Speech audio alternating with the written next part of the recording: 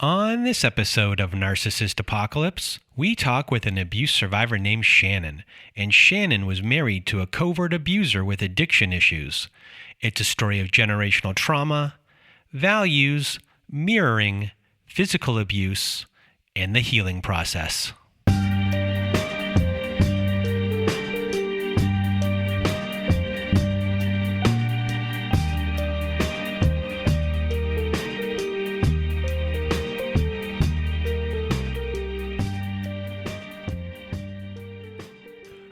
Welcome to Narcissist Apocalypse, everyone.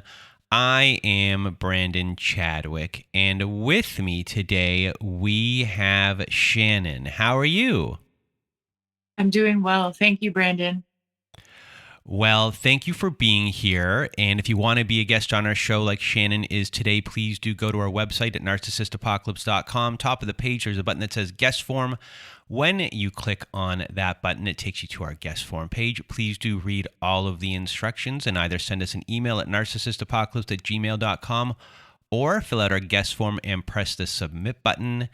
And today you're going to hear Shannon's story, a big trigger warning on this episode, as we will be discussing physical abuse in graphic detail. So if this is too much for you, please do turn this episode off now. And this story you're about to hear is a little bit different from other stories, and that's because Shannon was in a relationship with this person for a while before things started to become abusive.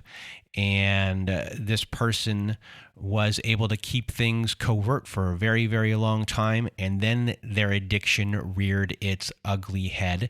And when that happened, you really got to see what was under the roof of this person. And more things eventually came to light about how they were actually feeling.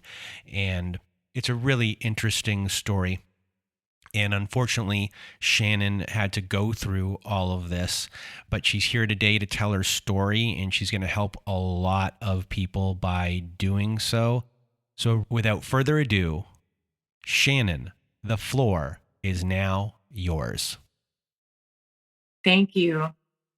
I was thinking about the name of your podcast, and I was thinking about my son. And I was wondering if I would have raised him and he would have grown up in poverty and neglect and abuse and never had love. If I wasn't able, if I was working all the time and he just didn't have his need met. And he kept everything inside and he became deathly sick. And one day he just snaps on a nurse and kills her. And that nurse ends up being your baby girl.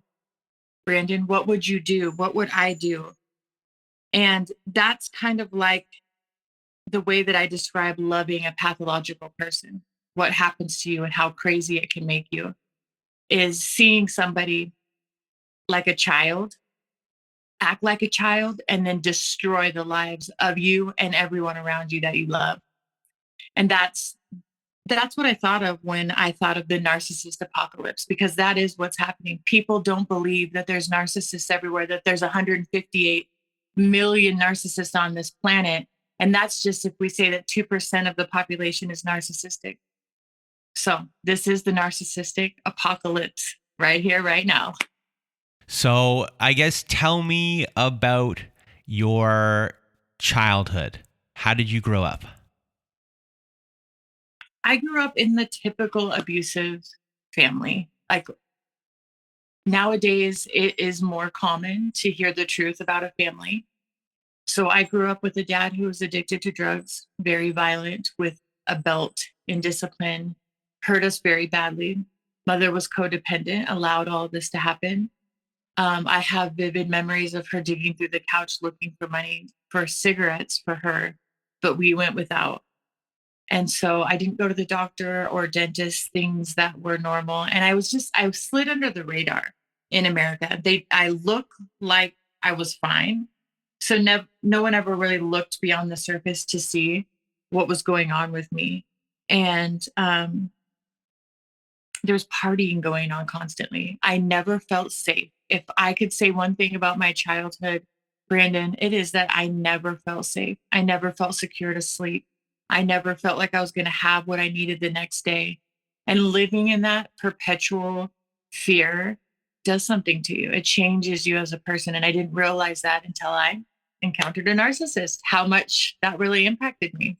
So I loved my parents because every child does. It just is. But I was disappointed constantly. I was hurt. I was traumatized. I disassociated. And so I just played my part. I kept going and being a person in this family, even though I was miserable until I couldn't. I did get to the point where I started running away and staying with friends. As I grew up, 13, 14, 15, I wasn't home as much because I could leave. And I felt like I didn't have anyone. I felt like I did not have protection in this world. And I was more like, I don't need anybody, but I obviously did. And my friends that saw that, they took me in and tried to be a family to me. But that didn't really last either because I was too young, disassociated. I knew nothing about trauma or PTSD at that point. So for the people out there that don't understand what disassociation is, can you explain that to them? Yeah, it's just where you tell yourself that this isn't really happening, that this isn't your reality, isn't real, and you separate your mind from your body. Your mind is very powerful. So if you tell your mind something, you tell your brain and body something, it follows suit. It's weird. It doesn't have an opinion. It just does what you tell it. So if you say this can't be real, this isn't happening, you start to separate and there becomes this disconnect between your brain and body. And I lived like that into my 30s. All of my relationships are a trauma response. So as far as how you viewed yourself at this time from when you were a preteen to a teenager, did you have self-esteem? How did you think of yourself and how did you view yourself? I thought I was not worth it. I was not worth feeding or caring for or taking to the doctor. And so I treated myself as such. I viewed myself as very unworthy of anything, just basic necessities. And so I was a doormat in all the ways. Fortunately, I was very, very shy and didn't want anyone to look at me or touch me. So that helped. I wasn't looking for love from men per se because I was scared of them and I didn't trust them. And so it took me a long time to actually get into a relationship until I was like 19. And so I just felt awful, like almost like invisible. That invisible woman on Fantastic Four, when she did that, that's exactly how I felt. I just felt like nobody really saw me. How could my aunts and my uncles and my grandparents and everyone just allow this to continue? This abuse and this neglect, and just want us to get dressed up and pretend like everything was all good for Christmas. My family still does that. I've been no contact with them for 5 years. So you used the word resentment there. Would you say that you were a very angry young person? Were you outwardly angry or did you internalize it? I did both. I treated them very badly when I started running away and I just started telling the truth. But I was nice to people and mean to myself. So I had like this three-way split almost. I knew who the abusers were and I was not nice to them. I wanted friends and family. So I was nice to the people that I perceived that would be good for my life. And that's almost narcissistic in a way because I'm just trying to get my needs met, but I didn't really have anything to offer them. But as a victim, I didn't know that. And then towards myself, I would go days without eating. I would feel like terrible, but pretend like I wasn't, which was living this double life. And inside, I truly believed that I wasn't worthy. My inner tape was like, I'm not going to have what I need. I'm not going to have love. And so those beliefs, they led my entire life. And I didn't even know how to verbalize them, Brandon. I didn't know how to say that out loud. It was so much torment and chaos going on the inside of me. But I did play the part. And when I studied that a little bit, and realized how much our roles that we play, that we stay stuck in them our whole life until we break that conditioning. And I was stuck very much in a role. Obviously you have your view of your family, but how do you view the rest of the world? You're now at a point where you have no security, or you're not really trusting of anyone. You don't trust yourself because you're talking negatively about yourself. You're already a self-gaslighter at a very young age. So when you're kind of getting to the point where I'm going to be going out into the world, do you see it as a big bad place? Like, how do you view it? Are you going to try and take it like by the reins and go? Or is it like, oh my God, freedom? I could do anything I wanted because of what I have experienced with my family, people that said that they loved me. The world does not scare me still to this day, from when I was very young until now, because I know what people are capable of. I know that they can smile in my face and be molesting their daughter at home. So I don't have any, I guess it was a superpower, right? It was a superpower learning how to understand that people aren't what they pretend to be, that it takes time to get to know people, and that I have been a very patient person when it comes to that. After a year, I still don't think I know you. It takes years to really see how people handle trauma, COVID, and how did they come out of this? Are they, what did trauma do to them? Is something worthy of knowing. And so when you look at the world, or when I look at the world, I see the fact that they keep going no matter how bad it gets. Wars, poverty, all the things we got going on in this world, there is such a spirit of fight in there that says, you're not going to kill me. I'm going to keep going. And so I want to be part of that. So the world is not a scary place to me. It is an actual like challenge where I want to be a part of it. I want to go have that fight that says, you're not going to take me out. I'm going to keep going, bruised, battered, broken, you know, wars breaking out. I'm coming through this. So for that, that is the one thing, because I've done lots of therapy, including EMDR, that I can thank that aspect of my life for. The superpower of being able to wait and get to know people and really get to know them and understand that they have their shadow side. They have sides of them that they're not proud of. And now which person is this? Is this a person who's pathological, who's going to lie, hide that, present always the best? Or is this a person that's going to say, gently, here's one of my shadows and see how I handle it? And then I have an opportunity to grow with this person and really build with them. So before we get to the relationship that this episode is about, because eventually you did encounter one of these people and you had a difficult time with them. I guess between that time and you now being a teenager, where we last left off, are you a reckless kind of person? What was your life like in those years up until that point? Because obviously you're, like so many things can happen. You came from addiction. So did addiction become a problem for you? And I guess what unfolded from there before you started to piece things back together? Or maybe it took a long time for things to piece back together. Yes, it did. So I went to school very young and had a career that was very good. I had two little kids with a non-pathological person, but just an unsafe person that was involved in addiction. And I didn't want that to be part of my life. So I separated from him with two small children running a business, and I stayed pretty much numb.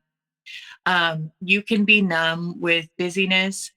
I was never much of a drinker, but I did use cannabis, and pretty much for 10 years after I got out of my house. So it's a long stint for me before I really learned. So I spent just like I said, disassociated, numb, busy, very, very focused on building a life for my kids and not having drugs and alcohol be a part of it, even though I was being hypocritical about it. I couldn't be with them, but I could do my own thing over here. It is the weirdest thing for survivors to live like this dual life until they integrate, back in, and which I didn't until after the narcissist. So it took a long time. So I was pretending to myself, but and even my youngest now, she calls me chill, and she means you're strict but fun. So that's what kind of person I really am. I just do what needs to be done. I have a hard sense of what's right and what's wrong, especially when it comes to regarding children. But I also am fun. I learn to just kind of adapt to and put aside all of the horrific circumstances and be present for these kiddos. Now, it wasn't perfect because, again, I was numbing out, I was disassociated, I was avoiding dealing with anything, including people.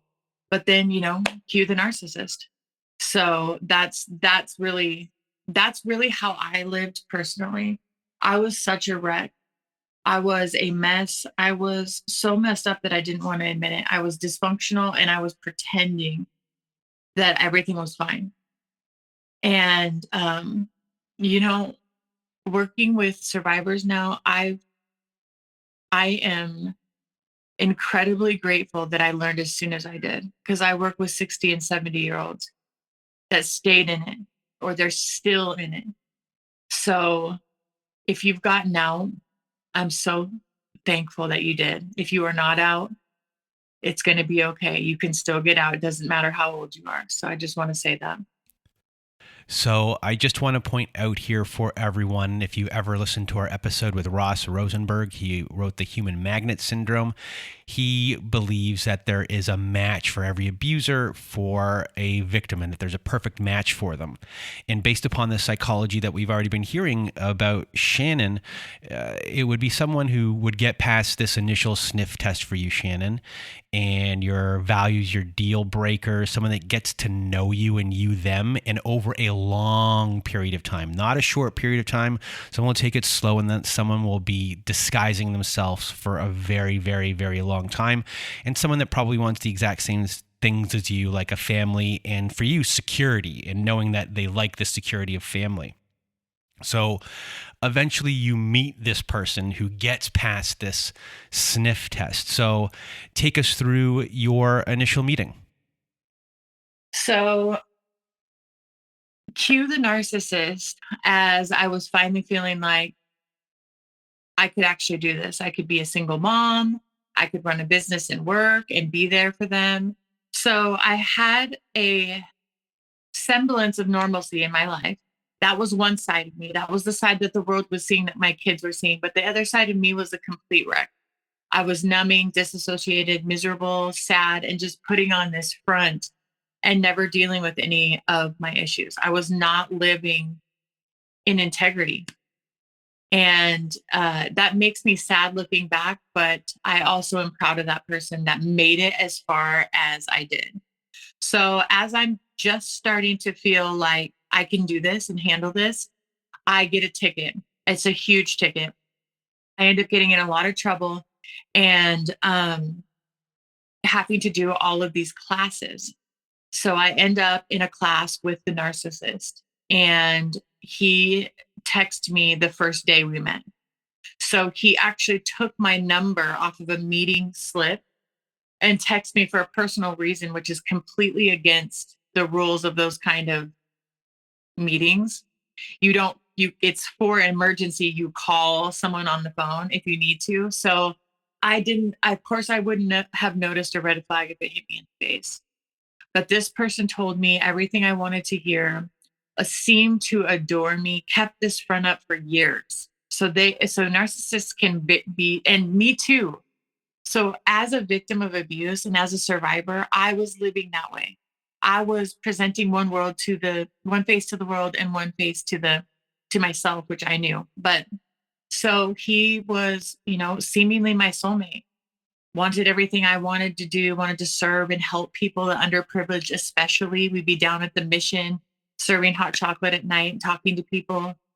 And he had a 10-month-old son at that time. So everything I said that I wanted to do, he mirrored back to me.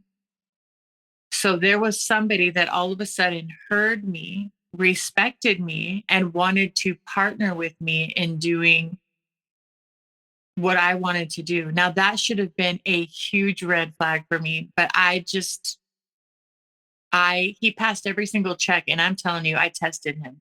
It was just someone that understood what I wanted to do, like for this world and with this world.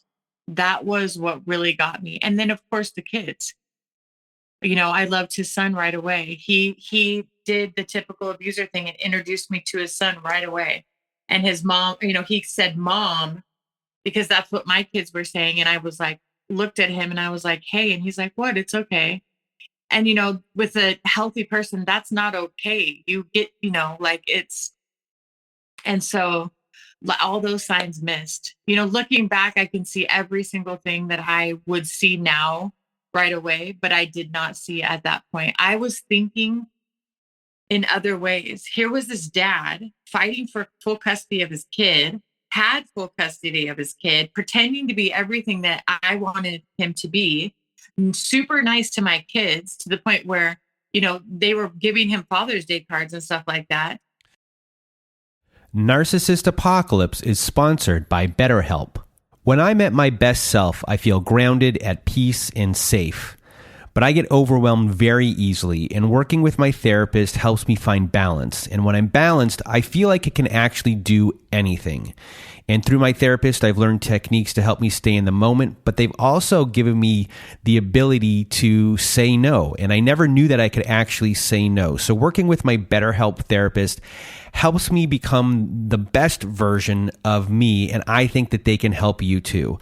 So if you're thinking of trying therapy, BetterHelp is a great option. I use it, and it's convenient and flexible, affordable, and everything is entirely online. So if you want to live a more empowered life, therapy can get you there.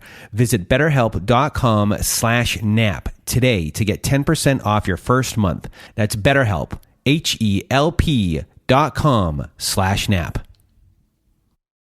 So, a lot of the times we hear that if you want to know what your abuser might be like, take a look at their family. So is he someone who comes from a family where there was a lot of abuse that was going on? Does he still speak to his family?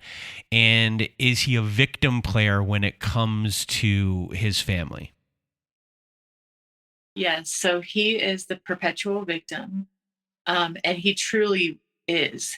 So in reality, not only did he know that role, but he was.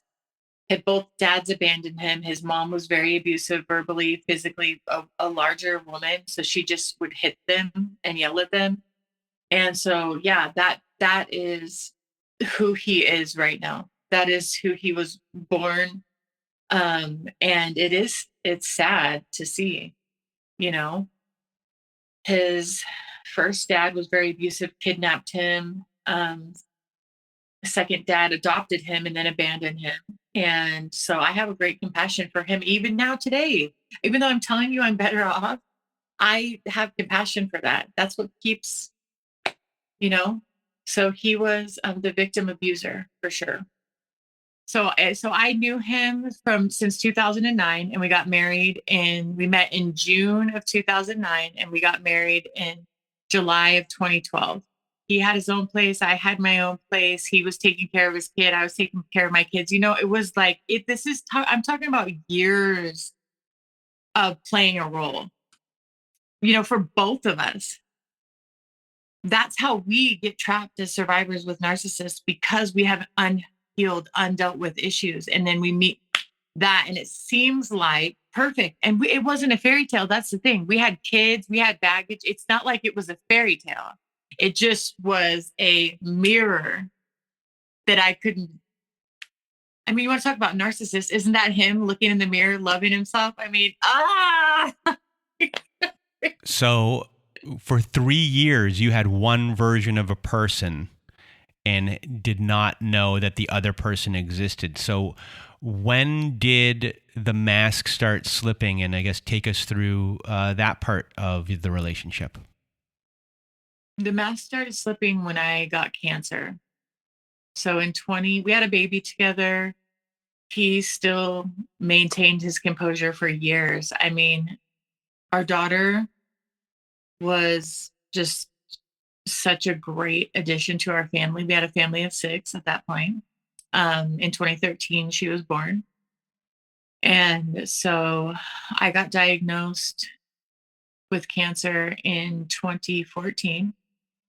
And the stress of everything, he started doing drugs, and um, his mask came out. He couldn't maintain anything.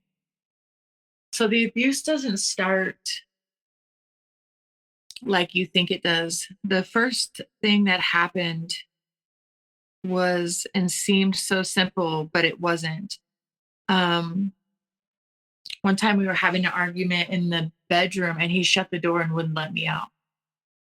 And I just felt completely out of control. I did not want to be with someone or in a room with someone that would use their strength against me. And it made me feel small and like I couldn't do anything to protect myself or my kids. But because I didn't know how to verbalize any of this yet, I had not done any healing. Um, I just brushed it down and tried to be stronger and say, no, we're not going to do this, and just stick it out. And so it just progressively got worse. Like the barricading in the room is the first types of things that I can remember, and raising the voice and standing over me because he's 6'5". But then it was like he threw a pillow at my face, and he's strong and tall, and that it was abuse. And I was so mad, and I didn't know how to explain. You don't know until you're given language. And so I'm super mad, but I'm not yelling so my kids can hear that he just kept me in a room or hit me with a pillow. Like, I'm not telling the kids that, but I'm yelling at him and I'm keeping it all in. He would say he's sorry, but just do it again. So sorry meant nothing from him. Um, but I know there was a sliver of hope that that it would be, what I thought was back to normal, which never was normal. Because that's all you know when you're in it. That's all I knew. And I didn't want to bring my kids into this. So at this point, it's safe to say that when these first instances start to happen, and even when multiple times these things are happening, you, number one, have many years of good times in your rear view mirror to think about and be like, this was the type of person who I was with. But you also have this family, and you want this family. You never had a family, and you want these kids safe as much as possible, and you want them quarantined or compartmentalized possibly in a big way, because you knew what it was like to not be protected as a child, and you're doing everything you can so they don't know what's going on. And that is kind of what is running you. These are all thought processes that are understandable. They make sense of what to do, and you're surviving in the moment as best as you can.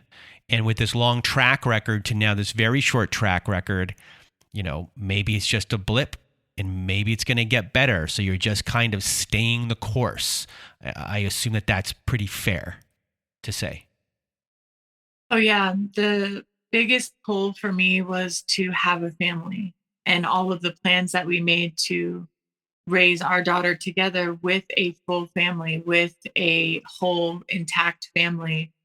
And so that was very hard to let go of. My dream was and it became my dream, to have her and raise her with the family that loved her and put her first, with the other kids, of course, too, who we love, I loved already. And that was hard to let go of. That was the cognitive dissonance for me, was the plan to have this family versus my reality. So cognitive dissonance is having two opposing beliefs, and you usually choose the easiest one, which is everything's going to be fine. I'm going to have my family. This is just a blip. Like, this is just, but reality is saying, no, you're being abused. Your kids are witnessing this. You don't deserve this anyways. Regardless, if no one was here, you wouldn't put up with this normally. Why are you doing this? So it's literally just these two voices speaking to you, and they're both you.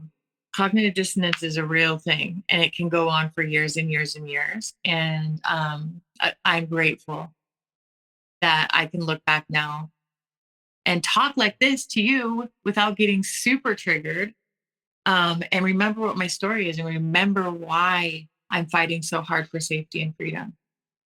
So you mentioned that the addiction issues are when things started to slide. So besides the emotional and physical abuse, does it manifest in other ways, like the daily functioning of household duties and things like that? Financial abuse was a big one. I found out using money for drugs and alcohol behind my back. I did not know, taking our rent money and doing that. So getting calls from the landlord, like, it was really rough. He was going to counseling to put on a front to everyone that he was trying, but at home giving our rent money away, spending time in the garage, um, doing drugs. So drugs and alcohol in our house, which is the reason that I agreed to marry him, other than I thought that I loved him and he wanted the same things I did, was that he was never going to do drugs and alcohol. He was clean. And so that right there just grit on my nerves, because that was not what I agreed to at all. But I always put everyone's needs above my own. So the kids' safety was there, even if this was, the kids, this was there. And the kids, I used them as an excuse for way too long. Because at some point, as a mother, I need to make sure I'm safe or they're not safe. If they're witnessing me be unsafe, if they're feeling the stress of not having their needs met, then I am not providing, I'm not being a good parent to them. I can't allow them to witness that. But that's not what's taught. What's taught is save the family, keep everything going. It's just, in any home with addiction, period, there's survivors, there's victims, and there's perpetrators of whatever it is. So both people need help, not just the one that's causing the biggest mess. Everyone involved needs help in those kind of situations. So here you have a situation where the number one deal breaker you have, if you knew this at the beginning of the relationship that this person was going to be an addict, you would have been like, okay, this isn't even going to start. So when you're in this role of I am being abused, and this person is also now a full-fledged addict, are you making excuses for them? Are you understanding what they're going through? Are you trying to be their counselor for them at the same time? That is the best question ever. Because yes, I had compassion on the abuser in my life for the circumstances they were in, how they were feeling. And I put their needs in front of my own. Yes, that's exactly what happens. I don't think that I've ever been able to explain that like you just did, but it comes down to you thinking that someone else's needs are more important than your own. And if you're unsafe, that's not true. If I'm unsafe, my needs become priority until I am safe. My children are unsafe, their needs become priority until they are safe. So thank you for saying that, Brandon, because now I'll be able to put words to what it is. I had compassion on the abuser because I did understand. I do understand, like the story. If it was my son and he had to grow up that way because I was doing this, that, and the other, and he killed your daughter, would you have compassion? Or would you just have rage? Would you understand what was going on? Yes, we understand. But that doesn't mean we stay and accept it. Um, During this whole time that I was going through the beginnings of physical abuse, financial abuse, addiction, I was dealing with cancer myself. So my mind was so focused on, am I going to die? I was recording songs and things in my phone to my kids because I really didn't know enough. And the word carcinoma kind of freaked me out.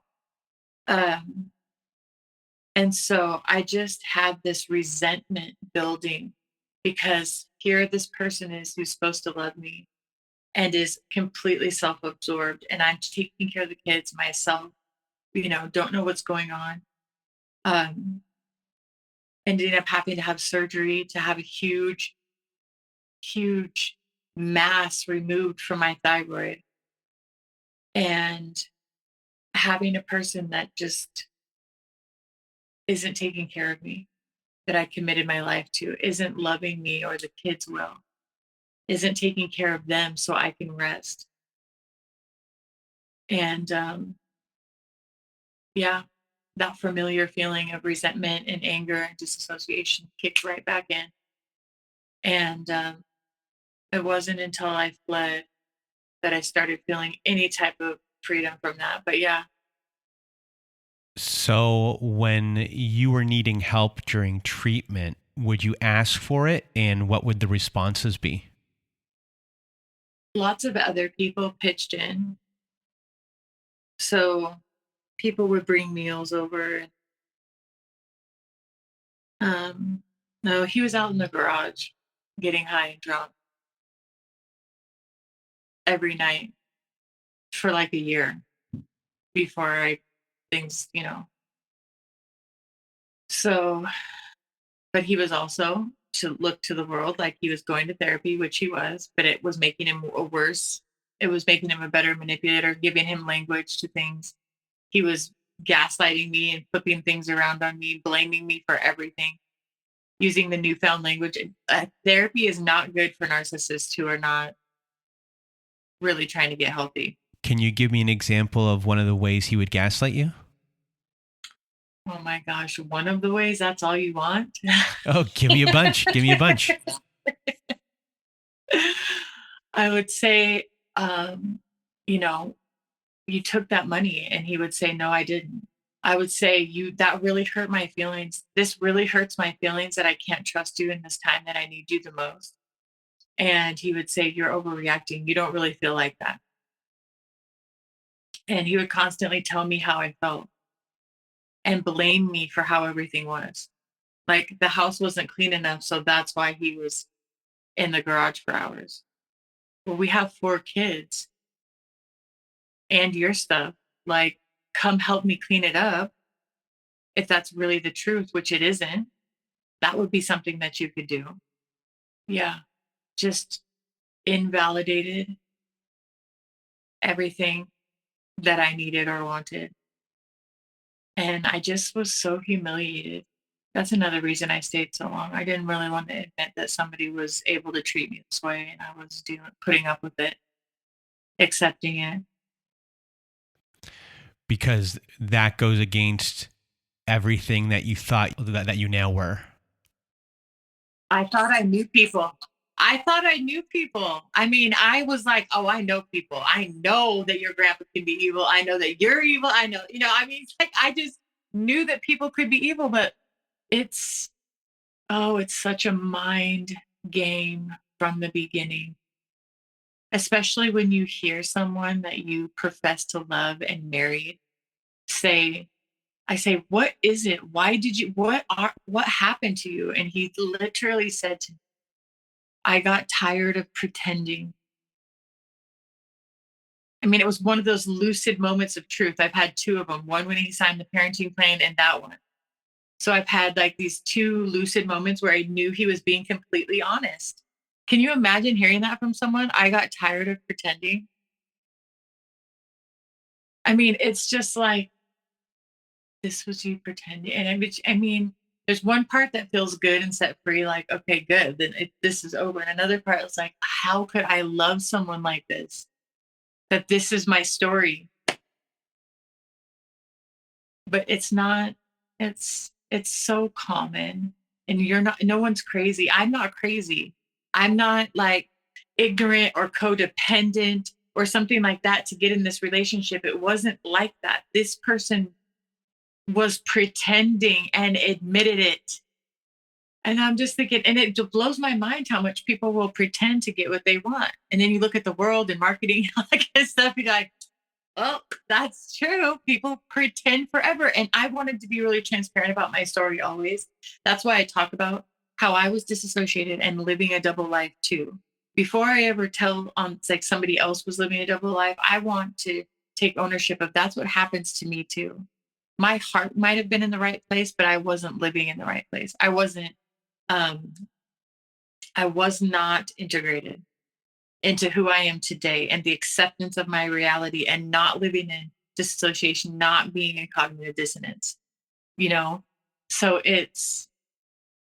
I have compassion for that girl now. Whereas before I was just really like, I just ashamed. So, after, I guess you start to heal from your cancer, and all of these abuses had gone on. And eventually there comes to a point where you start to get physically abused more often. Yeah. And how do you mentally start telling yourself things are okay during that period before we get to the event that, starts the process of you leaving? Yeah. So the physical violence escalated in a choking incident in front of our children. So he grabbed my neck and our youngest children witnessed this. And that was where something in my brain went, this is not going to be okay. I didn't have any way to plan an escape. I didn't even think about that yet. I just knew that something had shifted and something was different and that I wasn't going to be okay if I stayed here. Um, but I still didn't leave because I was so sure that things would turn around. I was so hopeful that this domestic violence relationship was going to be different than every other one and he was going to get better and it was going to get better and our kids were going to have the life that we always wanted for them and everything was going to go back to this false belief that I had of promises that were not being kept, but it did not. So I felt like I was living, I was crushed because it felt like I had been free from living that dual lifestyle with just me and my kids and really just kind of to having someone that wanted to participate with me and then to losing that again. Now I didn't have that and it was too much for me to bear. I mean, I was immediately diagnosed with PTSD and we were still trying to pretend. We were still trying to get along for the kids. So it was very hard to accept what was going on because I was still pretending for the kids. They witnessed stuff, but I didn't, I still acted like a family. So um, one night before Christmas, it was December of 2018, I came home from a Christmas party and he was trying to attack me. So he was trying to get to me and I was blocking the door. He called the cops on me, even though I was on the phone with my friend. I left and I didn't know the laws of domestic violence then. And somebody has to go to jail in this state. This dude's 6'5" and I'm me, 5'7". Okay. And I'm like, well, he was trying to get to me and I was blocking him. You know what I mean? Trying to get him out of the door. I got arrested. My friend had to bail me out. I went and got my daughter and never came back because I knew then that I couldn't ever trust him. I mean, dude, the cop didn't even care that he was trying to get to me. So, and I had bruises on me one time, and I could have called the cops, and I didn't, and I should have. He assaulted me in front of our daughter driving home drunk. So she's witnessed a lot of that. She's done 4 years of therapy because she talked about it. She told every check register. My daddy choked my mommy for a year. Bankers, grocery store people, people on the street, YMCA people, anywhere I went. She was just, and the counselor said that's actually the most healthy thing to do is to continue to talk about it until it integrates into your brain. And I didn't realize, but she was just getting it out of her system, and she needed to because it messed with her brain so bad at 4 years old. And she's 9 now. So yeah, Brandon, this is hard. Harder than I think. I think I tell my story and then I'm like, whew, it's still, there's still parts of it that just make me, because sitting in jail, I knew it was over. Like I couldn't pretend that this wasn't happening anymore. And I was away from my daughter. So many things that I just felt like I could never, ever, ever forgive for at that point, especially that, time away from my daughter like that when she's a baby. No, what the dude? And he knew the laws and he told me that. Well, they had to take someone to jail. So I wanted it to be you because I was scared. You were scared of what? Because my friend was on the phone hearing you be abusive to me and she could have been a witness. So you tried to make it about me and got me taken away from my child because of what? Immaturity and fear and knowledge of the law.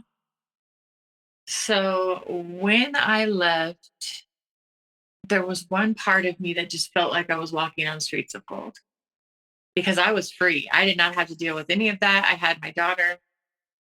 But then reality was there too. I had to endure the worst violence in treatment that I ever have in my life. Immediately when I left, my bank accounts were drained. I was blamed. I had nothing. He had a counselor at the time that said, at least give her $200 a week. He wouldn't even do that.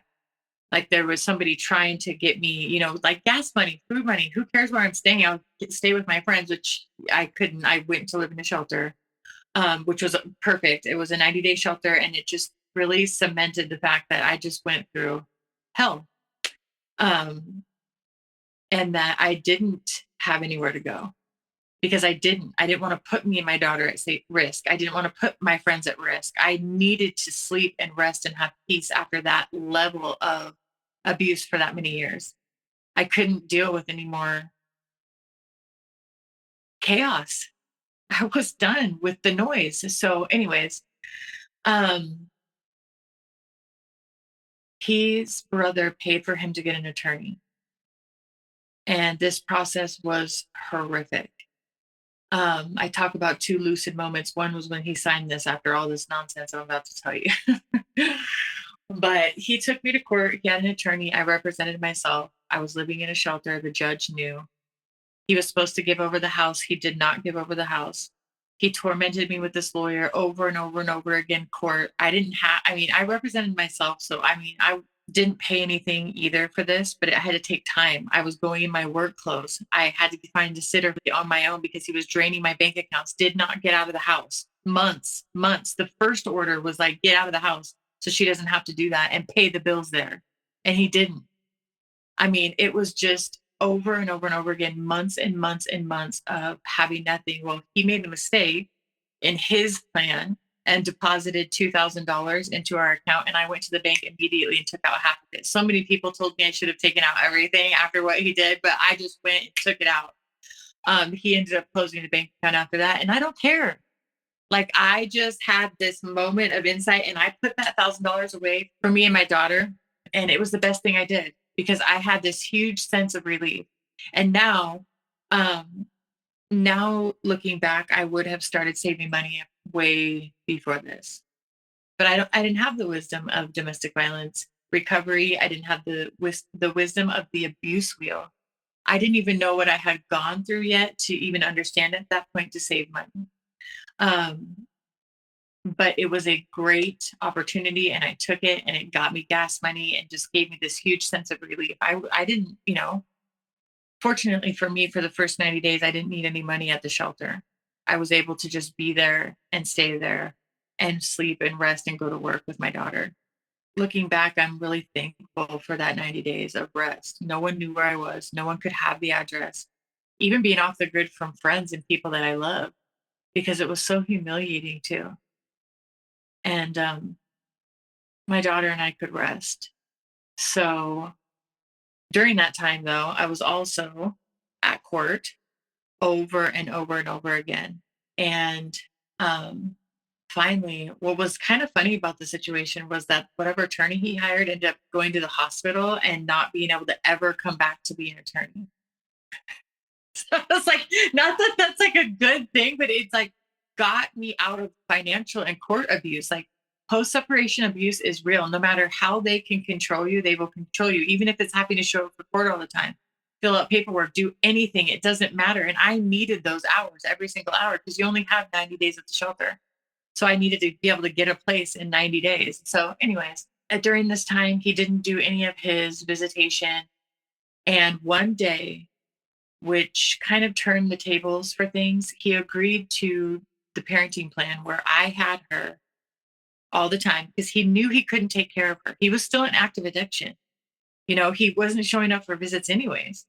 So he signed this order that gave me full custody of her, 6 hours of visitation to him, required drug and alcohol tests if I thought he was using, um, and like $100 a month spousal support, which was a miracle because I was like, didn't expect anything, you know, and just stuff like that.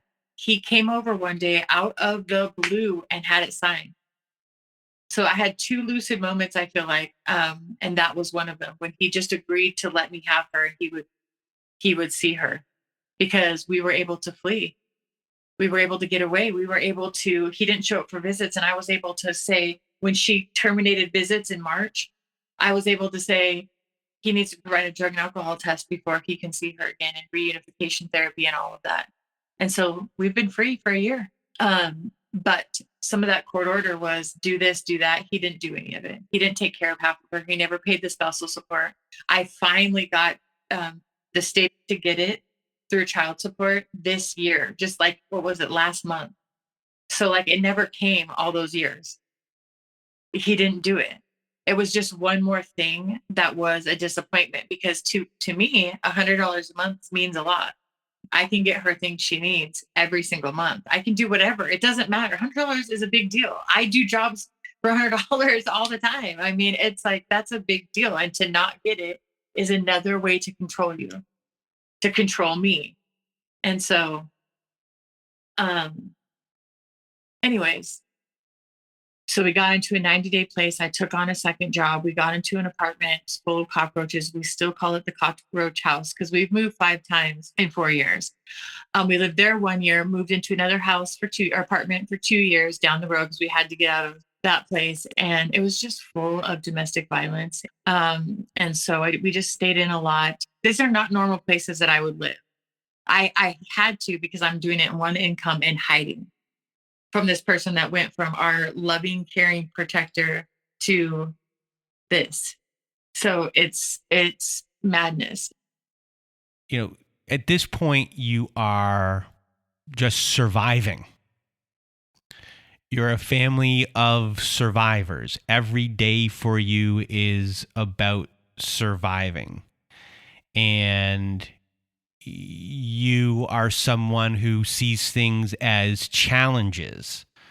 But how are you feeling? How are you feeling about yourself? Do you have time to feel about yourself, or are you just worried about your kids the whole time? It's a combination of worrying about my kids and feeling like an idiot. So day to day, I just feel stupid for falling for this person. And that's what's been the hardest to get over. Today, I don't feel stupid anymore. It actually makes sense to me. But then, and all through this whole process, which ended up being 12 years, I just feel like that was really my life, but it was like a nightmare. And I lost so much that I can never get back. And I just now want to stay present and keep going forward for my kids' sake. And I do. And I just felt so lost. I mean, I was dealing with severe depression and anxiety. I didn't want to go out anymore. I ordered like grocery delivery and Uber. Yeah, I didn't even want to drive my car. So I just did what I had to for my child who was with me to make sure that she was doing her schoolwork, having a social life, seeing her friends. But I feel like I was in a fog still. But there is one thing that I can say. I felt better. I slept better. We had peace every single night. Now, that was something that I was thankful for every day. There was no chaos in my home anymore. No matter cockroaches, domestic violence next door, okay. But in my house, there's no chaos. I'm not yelling at my child. We're doing things in a calm manner. I'm teaching her about behavior and boundaries. So even through all of this, there is goodness, you know, because I am no contact or low contact. Because he missed like over 100 visits, but he only had her for 6 hours a week anyway. So I was just thankful. Um, but yeah, that's it. It's a balance, right? But it was no longer living that lifestyle of going like everything is fine. We stopped. I stopped. She was in therapy. I was in therapy. We were healing throughout this process too, away from daily abuse, witnessing it or experiencing it from a narcissist. I felt very, very um, depressed and saddened and grieving for what we're going through and thankful for the safety and doing the work and processing what we just went through. So it's a both and. So you mentioned earlier that your ex was living a double life. And I think that you mentioned to me in your email that he was just lying all the time, like future faking you, but at the same time, he's hiding things too. My daughter's father was really trying to do his visitation. He was trying to see her and being around and making all these big claims to her, like, we're going to be a family and just stuff that was, not okay. Um, and in January of 2022, my daughter questioned her dad about something. So they were always on the phone and playing games and doing stuff when they had time together. It wasn't much, like I said, but he was at least doing it. And um, so I guess he had showed her his social media. And so she asked him if he had a girlfriend. And he said no. And she asked him again. And he said no.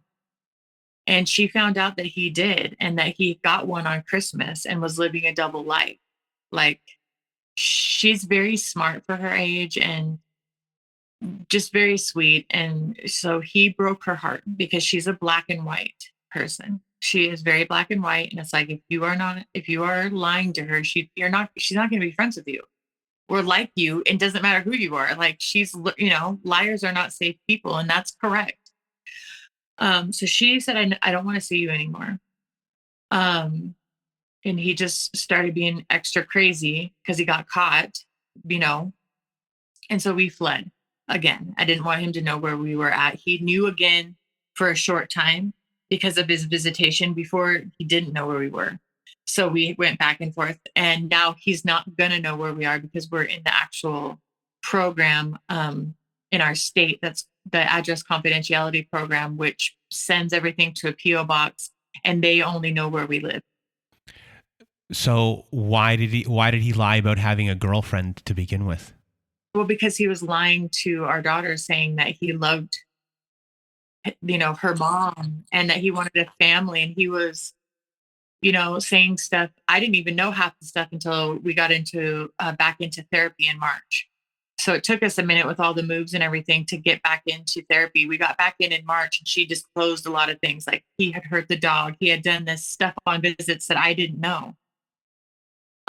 which comes out when someone's safe. So it's not her fault at all that she didn't disclose to me while we're while the trauma's going on and all that kind of stuff. She doesn't know, and it wasn't her responsibility. But um, so we have been, and we were only contacted by email since January. So it's been officially 1 year of no contact, no physical contact, only those short contacts via email, which has, what her counselor said, been the most healing thing. That's why we're doing so well. That's why I'm even able to tell you my story right now. So, anyways, in March, when we go in and we start up with therapy again, she gets diagnosed immediately with PTSD, and I get immediately diagnosed with complex PTSD. So, we spent March, April, May, June, July, August, grieving, crying, not doing much. So, it was kind of like this little mini respite, and it was just this cute little house. And so then in November of 2022, we moved here and planned to be here until we do our next thing, because that was just kind of like a short term thing with the place that we fled to. But yeah, the stability that we have now comes from no contact and really good therapy. So you're not just healing from the relationship, you're also healing from your previous life before the relationship. So what are the things that are going on in that healing? What have you learned about yourself? And I guess, what would you say to the younger version of yourself to, make yourself feel or comfort the younger version of you that's just gone through all of this? So I would tell the younger me that you're going to be okay, and it's going to be okay eventually. um, and my healing process is about consistency, Brandon. So I do something every day for my recovery. I teach on it, I train on it, I practice it. And the reason that I do that is because it brings a discipline into my life. And this is outside of therapy. And because that's really important to me, coaching, anything you can get your hands on to help have some process, um, is discipline, but not something I can't handle, being, having a very short attention span and forgetting things or spacing off or not hearing the question when you ask it to me. That happens. It's just the way it is. But for me, I have to bring that consistency in. So it looks like stopping doing everything that's going on around me and just focus on me for a second. And for me personally, that looks like putting my feet up on the wall.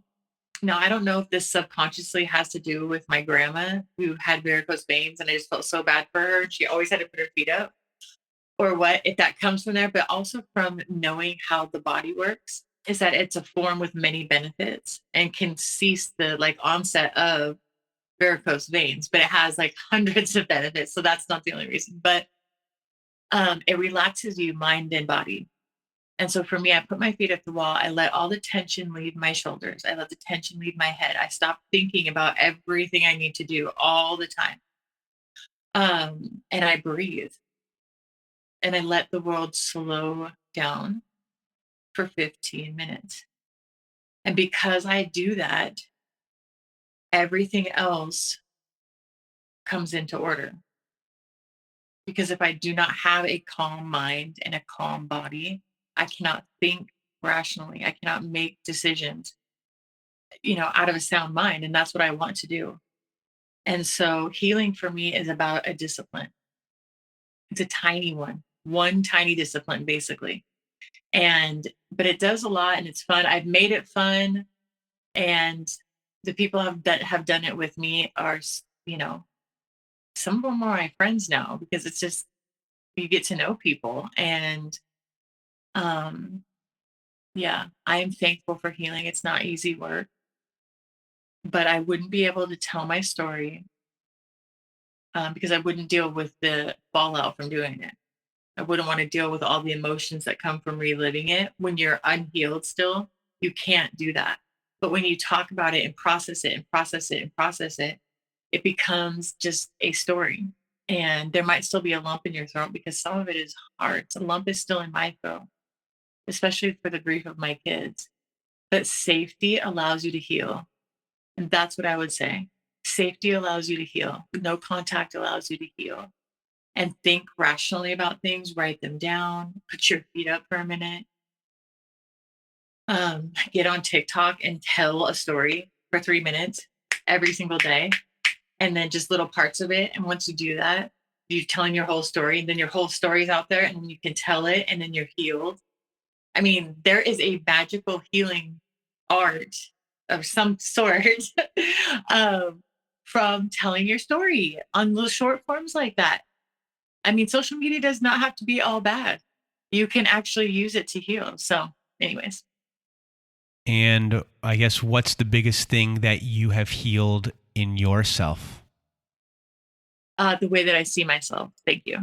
The way that I see myself um, is worthy of all the time I need to heal.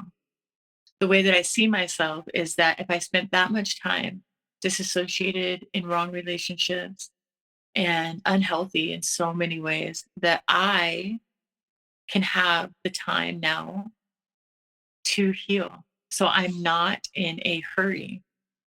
Whereas before, I wasn't in a hurry with letting people in because I didn't trust them, even though I did. And everyone does it. Trust the wrong people or person in their lifetime. I am worthy of the time it takes to heal. And it's okay. So, like I would tell my younger self, it's okay. It's going to be okay. You're going to be okay. And now it's, you have all the time you need. Use all the resources that you want. Discover things. Do what works for you so that when you leave this place, you leave healed, you know? And so I just see myself as worthy of time, energy, effort, asking for breaks, saying, excuse me, um, thanking people for accommodating me in my real life and what it looks like to be a complex PTSD survivor, a victim, a survivor, an overcomer of domestic abuse. Um, and then appreciating people when they do, thanking them and saying, hey, look, this is what life looks like for me. This is, and a thank you for making space for me and making space for other people. Like it's not easy to tell your story. It's not easy to live it, survive it, heal from it. None of it is easy, but it's worthy. And so am I, and so are you. So, do you have any words of wisdom or advice for everyone listening? Yes. It's okay to say no. It's okay to have boundaries. If you don't like something, don't do it. If you don't feel right, leave. If it's not okay for you, don't do it. If I could say anything to anyone, is that you have a choice. And you always have a choice in every single decision, every single opportunity that presents itself. You have a choice. And every choice you make towards integrity will heal you. Well, Shannon, I want to thank you for being a guest on our show today. You did a really good job. Thank you for having me. Thank you for hearing my story. And How is it? You are used to telling your story in a more condensed way. So, how is it telling it in this, I guess, longer form for you? How has it been? well, I'm not triggered. I don't have a raised heart rate. I thought I was. I got emotional. So to me, that just is, uh, I just give credit to practicing in short form. Like you said, I tell little bite sized pieces all the time for cognitive dissonance purposes. And And that over time has prepared me to kind of get it all out in one sitting and talk about it. Now, if I'll pay attention for the next 24 to 48 hours to see if anything comes up for me. And if it does, I'll just journal it. Yeah. So once again, I really just want to thank you for being a guest on our show. You just did a really good job. So a really big thank you. And I know you're going to help at least one person out there maneuver themselves, and you're going to help them get out of the situation that they're in. And you just did a really good job. Thank you for having me, Brandon. Well, thank you for being here with us again. And if you want to be a guest like Shannon was today, please do go to our website at narcissistapocalypse.com. Top of the page, there's a button that says guest form. When you click on that button, it takes you to our guest form page. Please do read all of the instructions and then either send us an email at narcissistapocalypse@gmail.com or fill out our guest form and press the submit button. And please do send it in the format that we ask for. Also, at our website, we have our very own support group. So if you need support, please do go to our website at narcissistapocalypse.com. Top of the page, there's the button that says support group. It takes you to our very own safe social network. And there you will see that we have Zoom meetings every Wednesday night, Thursday afternoon, and Saturday night. We have forum boards for you to post on and for fellow survivors to validate your experience, validate whatever is going on in your life, and you can exchange information and experiences and just validate each other, get advice as well. So if you need support, please do go to our website to join our support group today. And if you need even more support, please do go visit our friends at domesticshelters.org.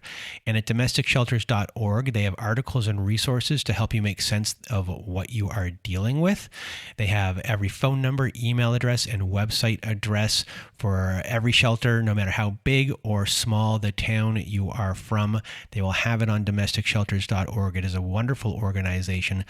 So please do visit domesticshelters.org today if you need even more support. And that is it for our show today. So from myself and Shannon, we hope you have a good night.